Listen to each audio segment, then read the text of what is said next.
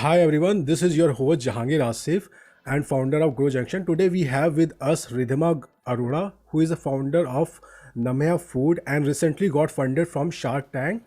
And Aman Gupta, who is the founder of both, invested in his company around 50 lakh at 10% stack, and around the valuation her startup got is 5 crore, which is huge. Let's hear about from Ridhima herself and her journey till now.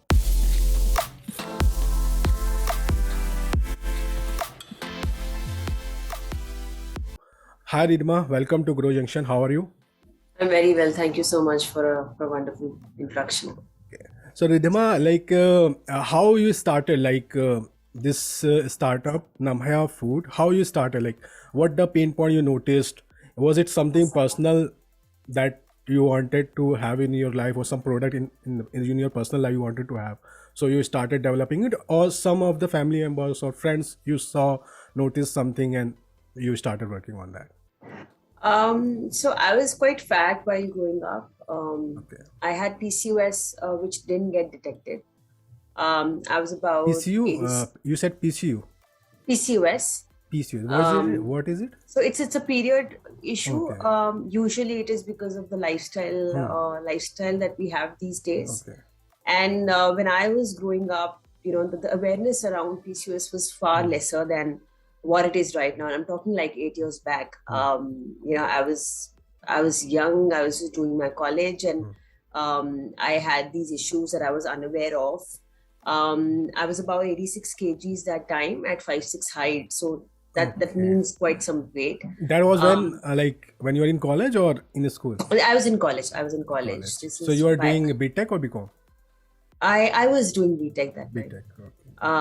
And I was trying to lose that weight. I didn't know why I had so much of weight because my dietary habits were not that bad.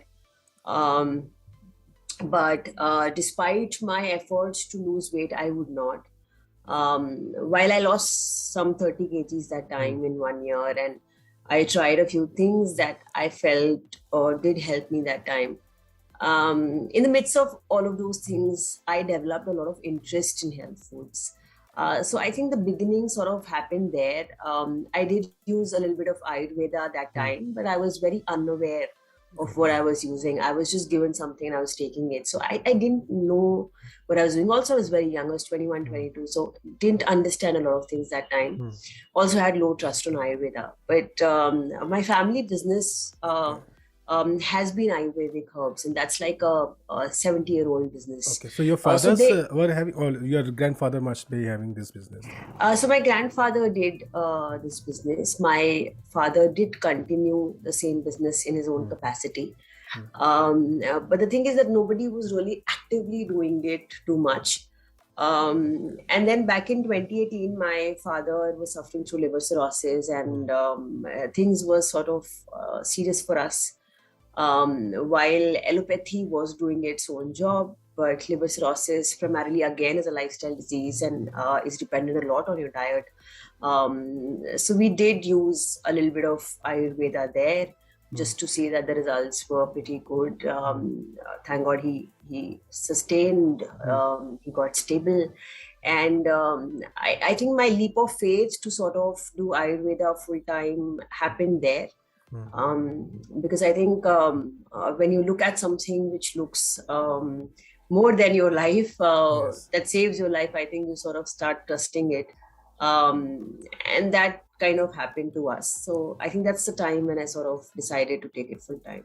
So in 2018, this happened, and when you started working on this particular idea. So I left my job in July 2019. Okay. And after that, I was in a little more of research phase. So by December 2019, I had made up my mind of what I wanted to do. And by April 2020, we had launched the products. What was the initial hurdle? It happens with a lot of founder who start something.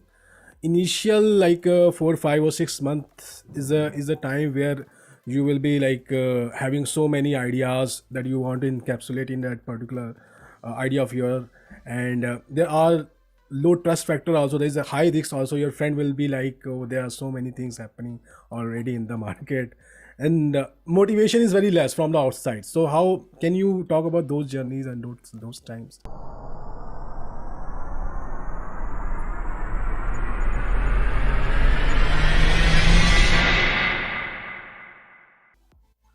Honestly, yeah, I mean, what you're saying definitely makes sense. It happens in a lot of cases. As a personality, I don't seek a lot of opinion or help from outside. I'm usually somebody who does things all by myself. And my parents are usually, um, uh, you know, they are very neutral whenever I want to do anything. They don't have a lot of opinion about um, whatever I'm trying to do. I think it's, we also believe in the fact that it's a small life and one should do whatever they want to. Yes, yes. And I think I think I'm a little more privileged. I don't have EMIs to pay. I was pretty young when I started the business.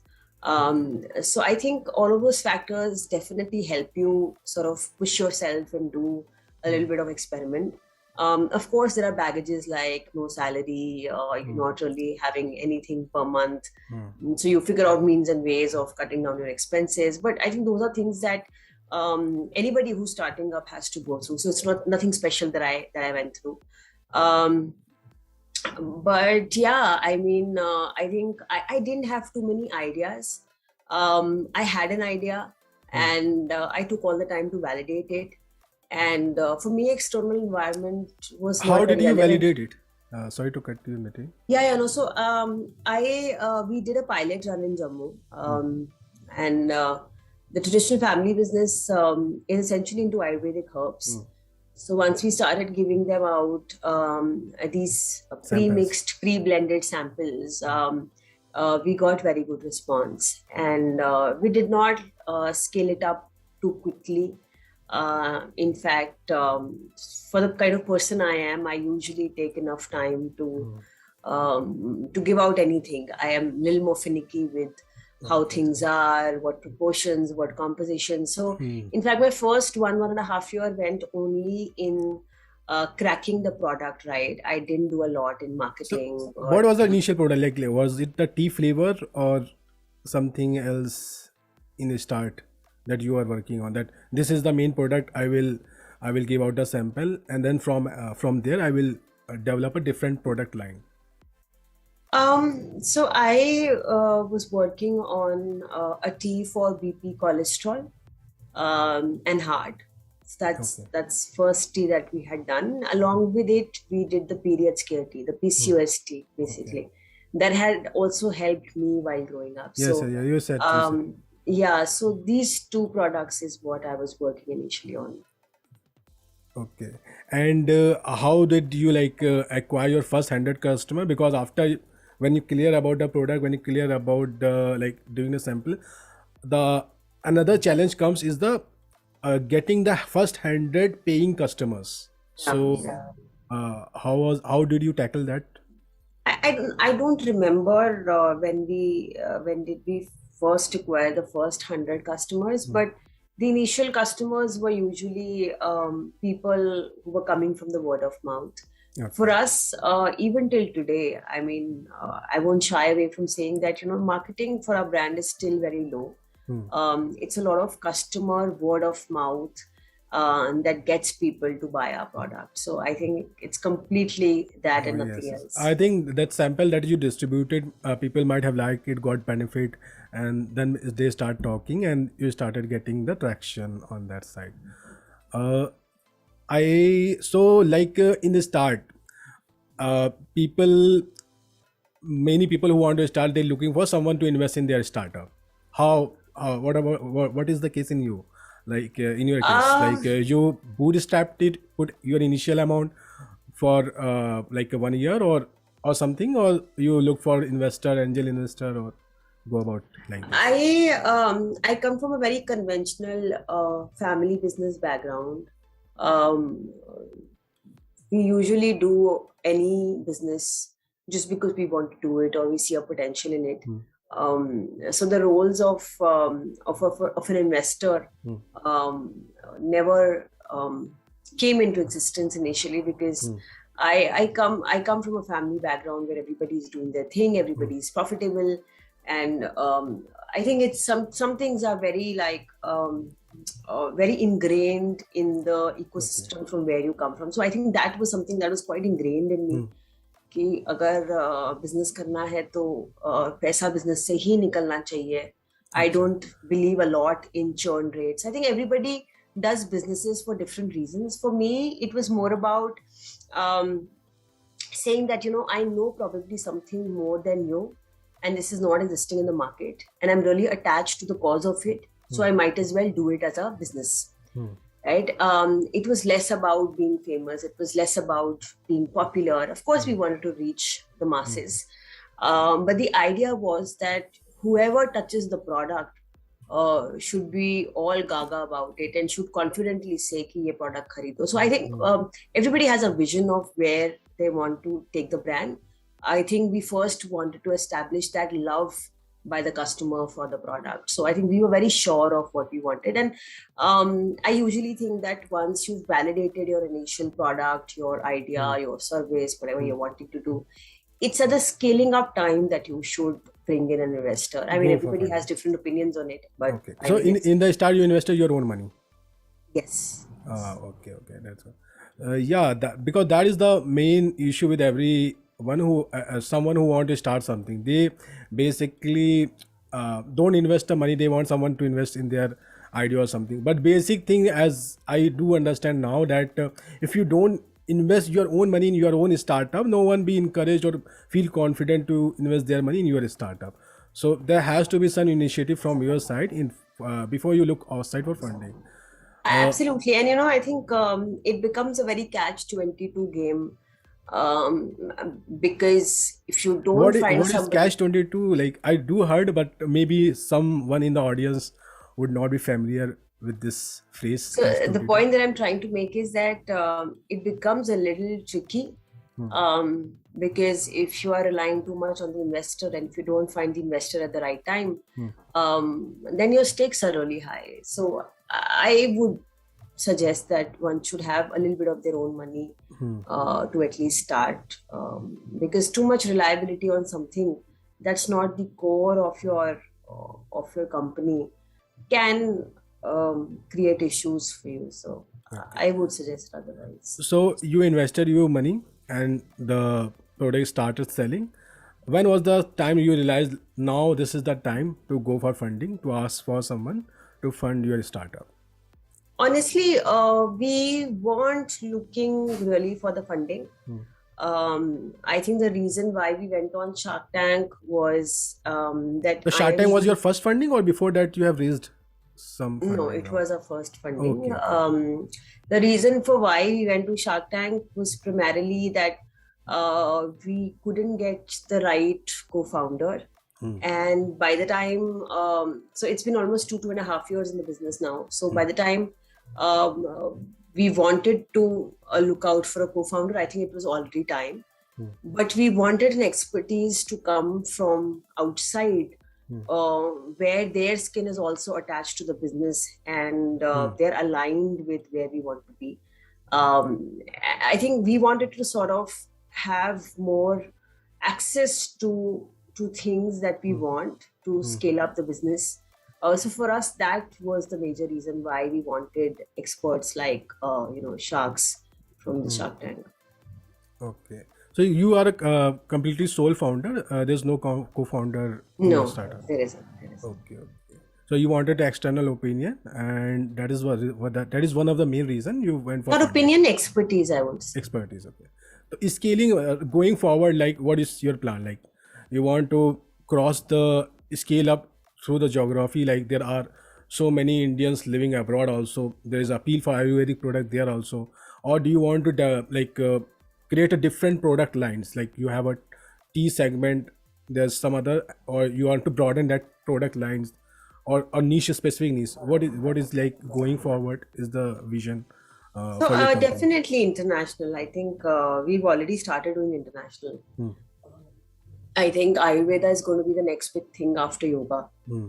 even internationally. And Exactly. I think we are one of the rarest governments who have a different ministry for Ayurveda. It's Yes, Ministry yes, of yes. Ayush. So I think the government has the intention. We have the Hmm. intention. there is high sensitivity towards Ayurveda Hmm. throughout, nations now. Globally, it's being recognized well. Hmm. So definitely international markets. But I think considering the kind of products we do, we already have such a huge nation to serve to. Hmm. And of course, there's a lot that there is for awareness of diseases, awareness of issues that people usually ignore and then end up in a hospital. So I think the core proposition or the core issue that we're trying to resolve is that how can you prevent from reaching a hospital and rely on allopathy? So I think Okay. the core intent is that, and whatever will serve in and around that objective, we would do in the next 3 to 5 years.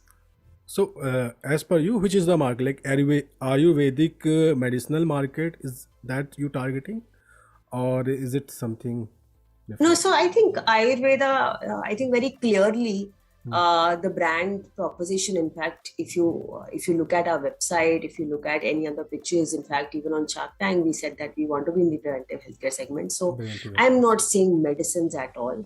Hmm. I am saying that you can have Ayurvedic herbs in your regular life, and you don't need a prescription for it. Okay, okay. How ashwagandha became famous, there are 100 more Ayurvedic herbs that are not famous but are Hmm. equally important, have equal amount of benefits or probably more. So why not have them? Why not utilize what is already existing in the ancient Ayurveda, ancient wisdom of a Okay. country? It's we are just trying to bring up those concepts, bring Hmm. up those herbs. We are just facilitating the whole ecosystem back into the Indian market, which was already existing, and it got forgotten in the process. Yeah, That's sure, that's sure, what sure. we're trying So to do. basic idea is that don't use matlab, there is a medicinal part of Ayurvedic also, but if you follow the diets which Ayurvedic suggest, Ayurvedic culture, our traditions suggest, you won't have to rely on the allopathic medicines, which in Yes. many cases, like we observe that if someone has a headache, they just go for a painkiller, Person, take it. If someone has something, they always go for pill, but in a short term they can that can relieve their pain or something, but in long term there could be a many problem associated with that kind of medicine that you have taken at that particular moment. yes.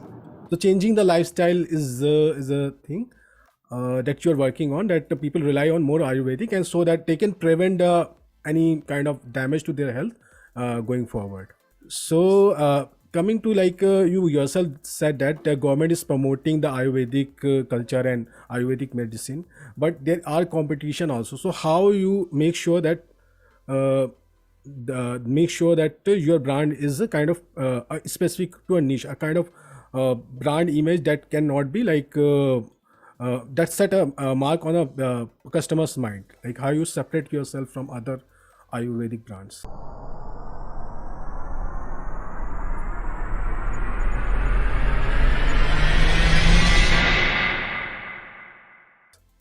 Honestly, we are in the preventive healthcare segment, and there is no other brand which is working in the preventive healthcare segment. So I think the differentiation happens from there itself. Also, I would anyway encourage more Ayurvedic brands to come in. Hmm. And the existing ones, I think we have huge respect for them. I think we want to increase the pie, Hmm. then fight the competition in a smaller pie Okay. of the consumer. I think the more brands we have, the more consumption of Ayurveda happens. I think we'd rather have that than fight and beat the competition. We want Yeah, more competition. We yeah. want the pie to increase so that the consumer understands that this is what is a sustainable going forward way for us in the healthcare ecosystem. Yeah, that is the good strategy. Like if we have increased the industry having good competitor, it actually enlarges the pie, and also in the long run it will be beneficial for each and everyone who is a part of that particular industry. So my next question is that uh, you create how does this model work? Like everything from tea to any product that you develop, is it in-house developed, or you outsource some part, or take care of the No. marketing, or it's everything is Yeah, I taken got care you. by you? Yeah. So everything gets manufactured. It's all in house. The compositions that we use are these compositions which are 80-year-old. These are compositions of my grandfather, and everything happens in house actually. In fact, our first focus even today is manufacturing. It's not marketing, because I very strongly believe that if the product is strong, it doesn't need a lot of marketing. Of course, in today's world, you need a lot of awareness, because after every third scroll, you have a new brand coming in. Yes, sir. So visibility becomes a criteria, and we will work for visibility going forward. But despite being from a marketing background, I very strongly believe that good products don't need marketing. What I said.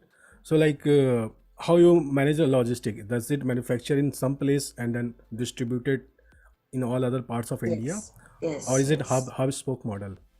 It's not a hub and spoke model. Right now, we're based in Jammu and Kashmir, Okay. and Delhi. We have one warehouse, and usually all the dispatches happen from these two locations. So, as you said yourself that you came from marketing background, you did your MBA from Great Lake Management Institute in 2015, and then worked for some time in corporates. So, what do you think? How working after your MBA experience itself and then working in corporate helped you in like building your startup? I think I would like to mention that I worked in a very startup kind of an ecosystem even before this. Okay. I was working in Lava Mobiles in the start of my career, but I happened to manage very small teams and sort of head a few departments. And the kind of exposure I had was more of a startup kind of exposure. And my second company was also a startup. I was taking care of the marketing there. So I think my exposure was very similar to what I'm doing. And because I had access and I worked with the founders, co-founders directly. So I think that sort of gave a very good exposure in terms of deciding very critical parts of your own business. How do you hire people? How do you retain people in bad times? How do you cut down your OPEX costs? And little things that you would have probably observed when your own skin was not attached. So I think I got good experience from there.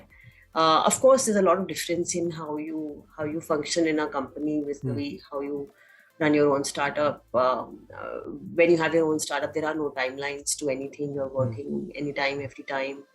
At the same time, the responsibility goes extremely up. And I think it's just not about the business. It's also about managing people and how well can you manage people. So the accountability is high. Your EQ has to go up. So I think there's of course a lot of difference there because of the mere difference that your own skin is attached to the business. But yeah, I think I didn't have a very conventional corporate experience. So I had a very good idea before I entered this. So let's talk about initial challenging of managing the team.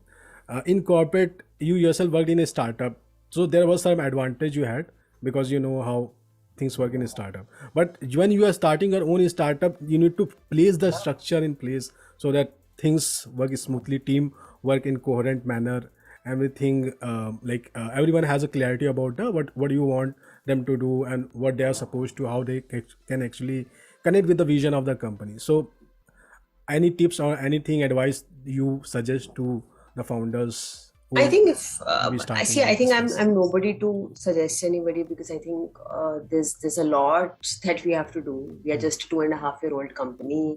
Uh, just because we came on one show doesn't mean that we are like know it all. I think there's a lot that we need to do.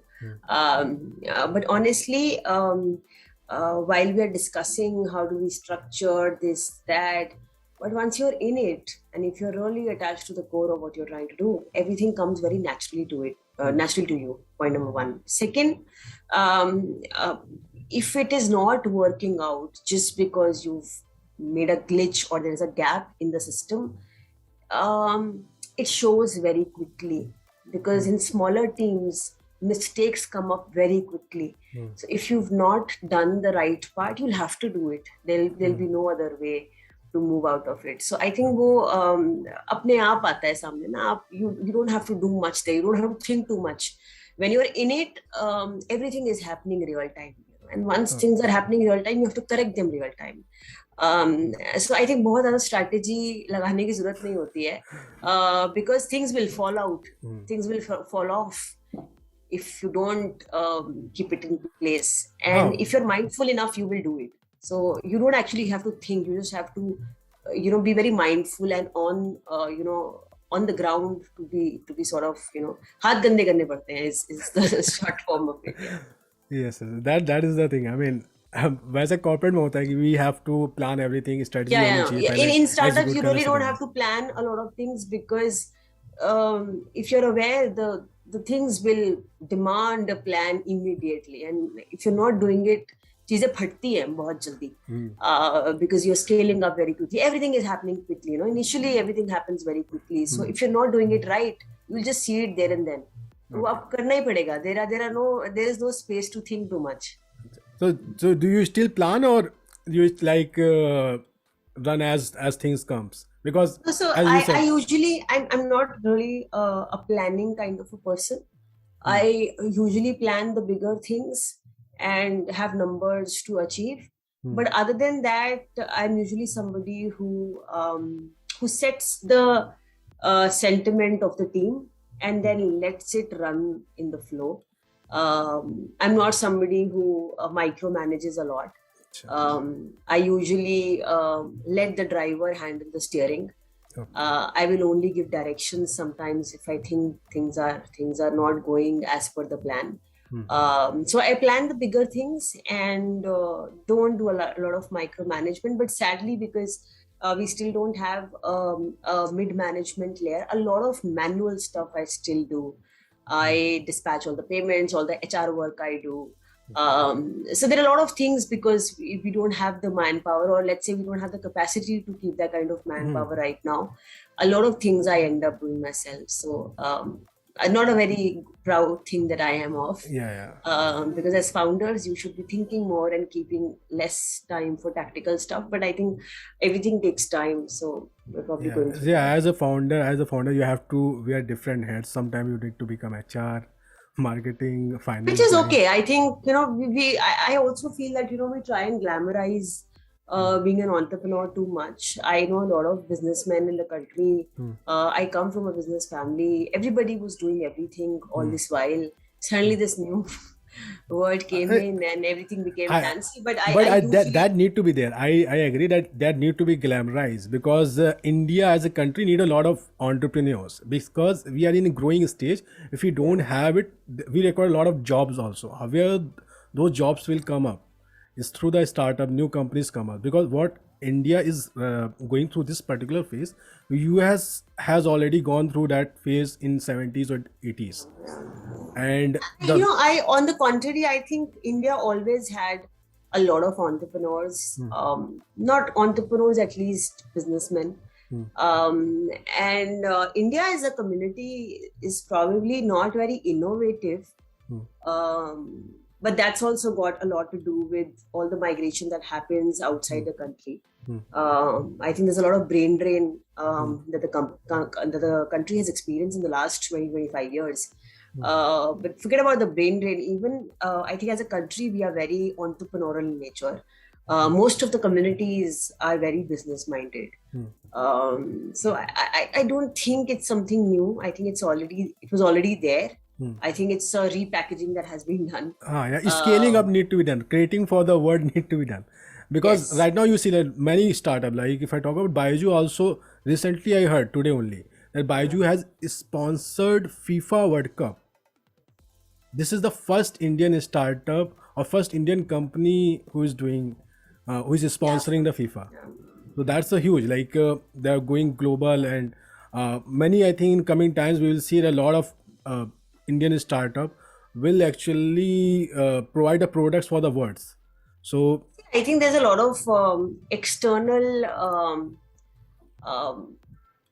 there's a lot of external money that has come in the ecosystem. Also, because India is one of the highest, consuming markets. So I think as a consumer market with such a population, of course, it will attract a lot of countries. You look at the average age of an Indian Yes, today. yes. You look at the young population today. It's the highest in the world. Yeah, I guess So I think 60% of our population are 25 yeah, years so old. I think the demographics of the country are such that it will definitely invite a lot of FIIs. It will definitely invite a lot of market capital.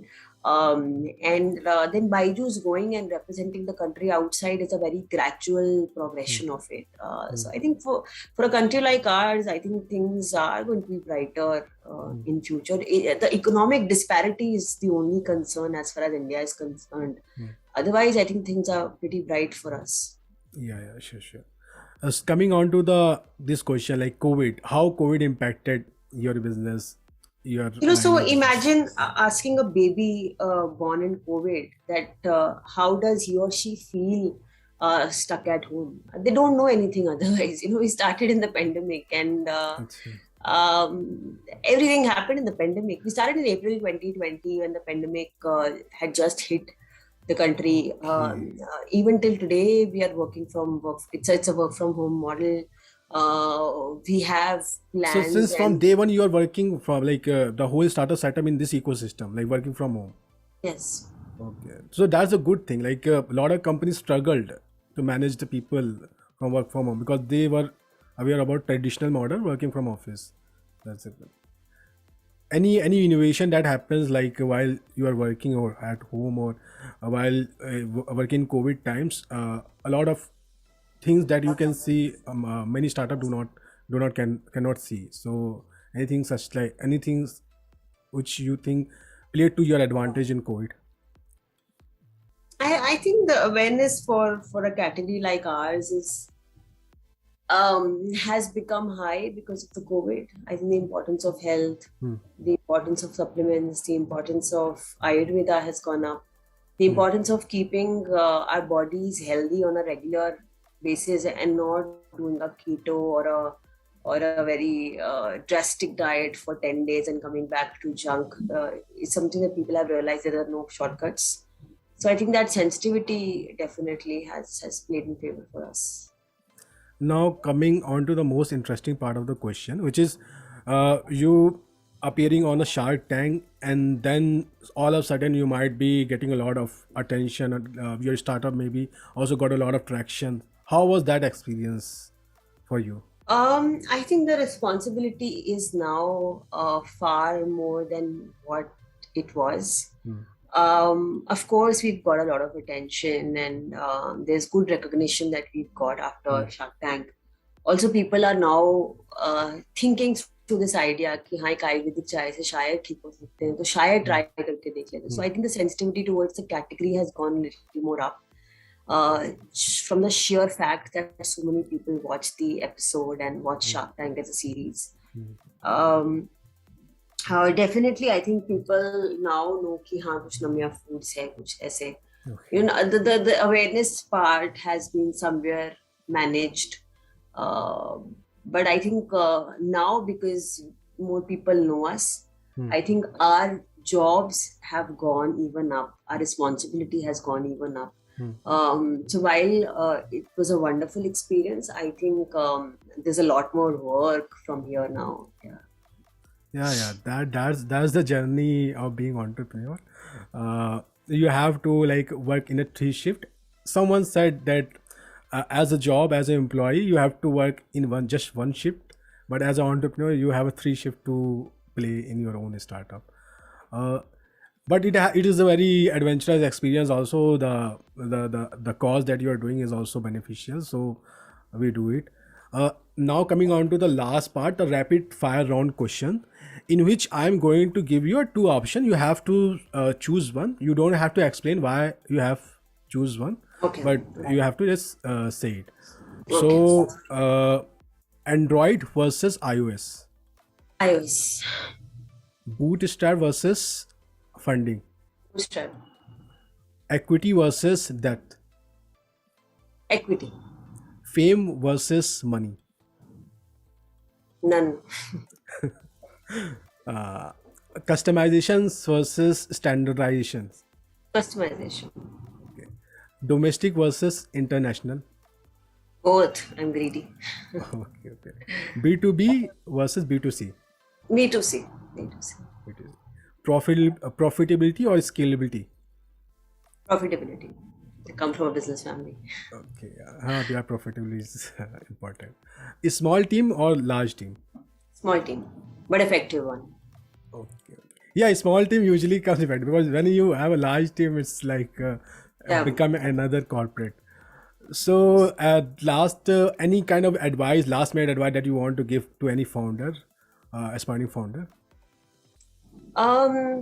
Be less afraid of failures. Be more consistent. These are two mistakes that I've done, so I can probably suggest that. Lesser afraid of failure, be consistent. Okay. Yeah, I think those are things that I fumbled upon initially. Fear from like starting your own thing. Failures, Failures. failures, Okay. failures. Yeah. Yeah, those two things, and I think for other things, I'll have to really work more to sort of give out any experiences. Okay. Okay. It was nice talking to you, Ridhima. Thank you for the taking time out to do the podcast. I guess a lot of people learn. A lot of our audience are MBA students itself, and you have also done an MBA. I guess many people in MBA also they want to do a startup and they have this loan and there's a lot of fear also fear failures. And through your journey, through your the journey that you explain, also your own experience, many of people will be encouraged. And thank you for the time again, Ridhima. Thank you. Thank you. Bye bye.